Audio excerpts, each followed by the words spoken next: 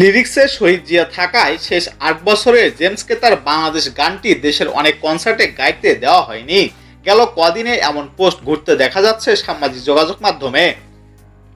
তবে আসলে কি এমন কোনো বাধা ছিল জেমসের? বিষয়টা আদৌ কতটা সত্য জানতে চাওয়া হয়েছিল জেমসের ব্র্যান্ড নগর বাউলের কাছে। জেমসের ব্যবস্থাপক রুবাইত ঠাকুর রবিন গণমাধ্যমকে বলেছেন, এমন বাধার কথা আমরা কখনো শুনিনি, এগুলো আমরা জানি না, যারা লিখেছেন তাদের জিজ্ঞেস করা উচিত। আমরা যদি বলতাম তাহলে সেটা এলিগেশন হতো, আমরা তো কখনো বলিনি।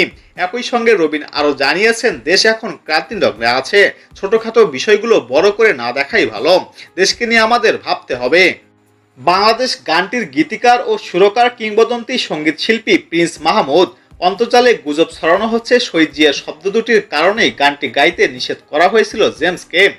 তুমুল জনপ্রিয় এই গানটিতে পুরো বাংলাদেশ যেমন উঠে এসেছে, তেমনি আছে কীর্তিমানদের নামও।